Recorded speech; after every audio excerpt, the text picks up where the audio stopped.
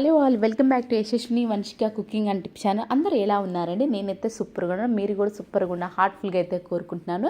ఇప్పుడు నేనైతే చెప్పే టిప్స్ తోటి మన రెగ్యులర్ కిచెన్లో పనులు సులువుగా చేసుకోవచ్చు, అనవసరమైందని రివ్యూ చేసుకోవచ్చు. పిల్లలు ఉన్న వాళ్ళు ప్రతి ఒక్కరు ఫేస్ చేసే ప్రాబ్లమ్కి సొల్యూషన్ అయితే తీసుకొచ్చేసాను. చాలా సింపుల్ టిప్ అని. దానికోసం ఏంటి అని అంటే బేకింగ్ సోడా ఉంటుంది కదా, బేకింగ్ సోడాలో కొంచెం ఎక్కువ వాటర్ వేయొద్దండి. కొంచెం వాటర్ వేసేసి ఈ విధంగా థిక్ పేస్ట్ లాగా చేసేసుకున్నానండి.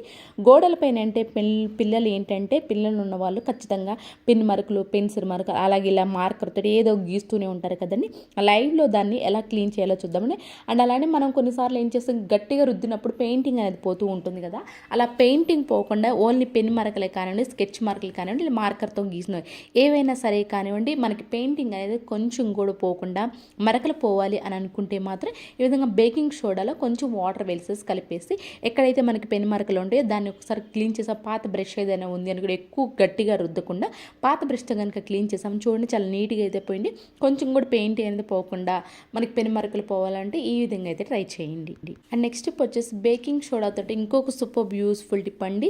మన ఫ్రిడ్జ్ లోపల ఏంటి అంటే ఖచ్చితంగా కొన్నిసార్లు క్లీన్ చేయడం లేట్ అయినా కానివ్వండి, లేదంటే ఫుల్గా ఉన్నా కానివ్వండి, ఫ్రిడ్జ్ అనేది కొంచెం ఓపెన్ చేసి క్లోజ్ చేసిన ప్రతిసారి కూడా మనకు కొంచెం స్మెల్ అనేది వస్తూ ఉంటుంది కదా. ముఖ్యంగా దోశపిండి కొంతమంది వీక్లీ వన్స్ చేసుకుంటూ ఉంటారు, దోశపిండి కానివ్వండి, ఇడ్లీ పిండి. అలాంటి ఫార్మేటెడ్ ఇంకా ఫ్రిడ్జ్ లోపల ఇంకా స్మెల్ వస్తూ ఉంటుంది. అలాంటప్పుడు కొంచెమైనా సరే బ్యాడ్ స్మెల్ రాకుండా ఉండాలి. డోర్ ఓపెన్ చేసి క్లోజ్ చేసినప్పుడైనా సరే కానివ్వండి, ఈ విధంగా మనము బేకింగ్ సోడాలో కొంచెం వెనిగర్ వేసేసి కనుక పెట్టేసామనుకోండి ఫ్రిడ్జ్ లోపల, దీన్ని అంటే బ్యాడ్ స్మెల్ లేకుండా కంట్రోల్ అయితే చేస్తుందండి. అండ్ అలానే మనం దీన్ని 10 డేస్కి ఒకసారి చేంజ్ చేసుకుంటూ ఉన్నామని ఖచ్చితంగా కొంచెం అయితే కంట్రోల్, మరీ పూర్తిగా నేను చెప్పట్లేదు కానీ బట్ కొంచెం అయితే రిలీఫ్ అయితే ఉంటుంది. అండ్ అలానే ఫ్రిడ్జ్ని ఎప్పటికప్పుడు క్లీన్ చేసుకుంటూ ఉన్నారంటే ఫ్రిడ్జ్ నుంచి బ్యాడ్ స్మెల్ లేకుండా అయితే ఉంటుంది. అండ్ నెక్స్ట్ వచ్చేసి షింక్లో మనం డైరెక్ట్గా వేసేటప్పుడు కానివ్వండి, డైరెక్ట్గా ఈ విధంగా అన్నం ఏదైతే ఫుడ్ పార్టికల్స్ ఉంటాయో వీటిని డైరెక్ట్గా కనుక వేసే షింక్ బ్లాకేజ్ అయ్యే సమస్య అయితే ఉంటుందండి. మనం ఖచ్చితంగా దీన్ని తీసేసి డస్ట్బిన్లో వేసేసి ఆ తర్వాత కనుక గిన్నెలు క్లీన్ షింక్లో కనుక వేసేసాము అనుకోండి, మనకి నీట్గా ఉంటే షింక్ బ్లాకేజ్ లేకుండా. కొన్నిసార్లు నైట్ కూడా ఈ విధంగా వదిలేసినట్టు బొద్దింకలు కూడా ఎక్కువైతే ఛాన్స్ అయితే ఉంటాయండి. అలా కాకుండా ఫుడ్ ఏదైతే ఉందో మిగిలిపోయిన అన్ని తీసేసి డస్ట్బిన్లో వేసేసి ఈ విధంగా షింకులో లేదంటే బాల్కనీలో కనుక వేసేసామనుకోండి, కొన్నిసార్లు బొద్దింకలు ఎక్కువగా తిరుగుతూ ఉంటాయి నైట్. అలాంటివి కంటిన్యూగా తగ్గాలి అనుకుంటే మాత్రం ఈ విధంగా చిన్న టిప్స్ ఫాలో అవుతూ ఉన్నారని ఖచ్చితంగా బొద్దింకల నుంచి మనం రిలీఫ్ అయితే అవుతాము. అండ్ నెక్స్ట్ టిప్ వచ్చేసి క్యాండిల్స్ ఎవరైనా వెలిగించాలి అనుకోండి, కరెంట్ పోయినప్పుడు కానివ్వండి, ఎప్పుడు అవసరం అయినప్పుడు వెలిగించుకుంటూ ఉంటాం కదండి. డైరెక్ట్గా వెలిగించాము అనుకోండి, ఏమి పెట్టకుండానే మనకి త్వరగా క్యాండిల్ కరిగిపోతుందండి.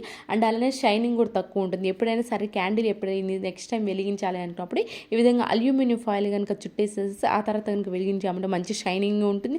అండ్ అలానే త్వరగా కరగదండి. అండ్ అలానే ఇంకో సింపుల్ టిక్ ఏంటంటే క్యాండిల్ని ఏంటంటే మనం వెలిగించాలి అనుకునే వాళ్ళు ఒక అరగంట ముందు ఫ్రిడ్జ్ లోపల కనుక పెట్టేసి ఆ తర్వాత వెలిగించామని క్యాండిల్ ఎక్కువసేపు అయితే వెలుగుతూ ఉంటుంది. ఐ హోప్ ఈ టిప్ కూడా నచ్చిందని. నచ్చుతానుగా ప్లీజ్ ఒక లైక్ చేసి అండ్ ఛానల్ని సపోర్ట్ చేయండి. అండ్ నెక్స్ట్ టిప్ వచ్చేసి కూరలో ఎప్పుడైనా సరే కానివ్వండి, సాల్ట్ కనుక ఎక్కువైపోయింది అనుకోండి, మనం కొంచెం ఆలు కానివ్వండి, ఆలు వేస్తూ ఉంటారు. అయితే ఇలాంటి పచ్చళ్ళు ఉంటాయి కదండి, ఇలాంటి రోటి పచ్చళ్ళలో కనుక సాల్ట్ ఎక్కువైంది అనుకోండి, తక్కువైతే కానీ కొంచెం తినొచ్చులే కానివ్వండి, కొంచెం ఎక్కువైతే అస్సలు తినలేం కదండి.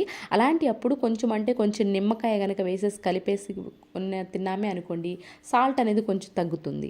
అండ్ నెక్స్ట్ టిప్ వచ్చేసి కొన్నిసార్లు కిచెన్లో మనం వంట చేసేటప్పుడు కానివ్వండి కాలుతుంది, అలాగే నూనె డ్రాప్స్ ఎప్పుడైనా పడి అనుకోండి బాగా నొప్పిగా ఉంటుంది కదండి.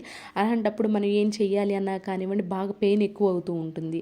ఇలా ముఖ్యంగా గాయం తగిలిన దగ్గర మనకి ఏదో ఒకటి పెట్టాలి. ఐస్ క్యూబ్ కానీ డైరెక్ట్గా పెట్టే బదులు ఐస్ క్యూబ్ పెడితే ఏమవుతుందంటే త్వరగా లోపల స్కిన్ ఏదైతే అది కూడా బర్న్ కాకుండా ఉంటుందండి.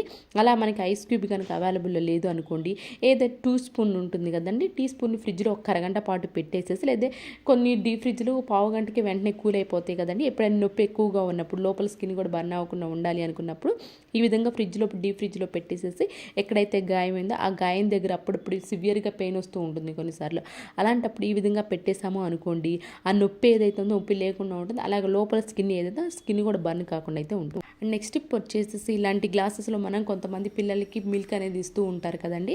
అలాంటప్పుడు డైరెక్ట్గా పెట్టేసుకున్నారనుకోండి పిల్లలు స్లిప్ అయిపోయి కింద పడే ఛాన్స్ అయితే ఉంటుంది కదండి డైరెక్ట్గా ఇచ్చామంటే. అలా కాకుండా ఈ విధంగా యూజ్ అంతా రబ్బర్ బ్యాండ్స్ ఉంటాయి కదండి, రబ్బర్ బ్యాండ్స్ వేసి కనుక పిల్లలకి పాలు కానీ ఇచ్చేసాము అనుకోండి, వాళ్ళు పట్టుకోవడానికి మంచి గ్రిప్గా ఉంటుంది కాబట్టి కింద పడే ఛాన్స్ లేకుండా ఉంటుంది. అండ్ అలానే బాగా టైట్గా కూడా పట్టడం అయితే ఉంటుంది. నెక్స్ట్ టిప్ వచ్చేసి ఇలాంటి షాపింగ్ మాల్ బ్యాగ్స్ తీసుకొస్తూనే ఉంటాం కదండి. అయితే ఇలాంటివి తీసుకొచ్చినప్పుడు బయట ఎక్కడ పడితే అక్కడ పడేస్తుంటే ఎక్కువ స్పేస్ ఆక్యుపై అవుతుంది, దుమ్ము కూడా ఎక్కువ పడుతూ ఉంటుంది. అలా కాకుండా తక్కువ స్పేస్లో మన ఎక్కువ షాపింగ్ మాల్ బ్యాగ్స్ ఆక్యుపై అవ్వాలి అని అనుకుంటే మాత్రం ఈ విధంగా నేను చూపించిన విధంగా షాపింగ్ మాల్ బ్యాగ్స్ అన్నిటిని కవర్ అన్నిటిని ఫోల్డ్ చేసేసి షూ కొన్నప్పుడు మనం ఇలాంటి బాస్కెట్ అయిన వస్తూ ఉంటుంది కానీ కార్డ్బోర్డ్ అనేది దీనిలో కనుక పెట్టేసాము అనుకోండి నీట్గా ఒక దగ్గర ఉంటాయి. అండ్ అలానే దుమ్ము పడకుండా ఉంటుంది, తక్కువ మన స్పేస్లోనే ఎక్కువ బ్యాగ్స్ అనేవి ఉన్నట్లు ఉంటుంది. ఐ హోప్ ఈ టిప్ కూడా నచ్చిందని. నచ్చితే కనుక ప్లీజ్ సబ్స్క్రైబ్ చేసుకోవడం మాత్రం అసలు మర్చిపోకండి. Thank you so much for your watching.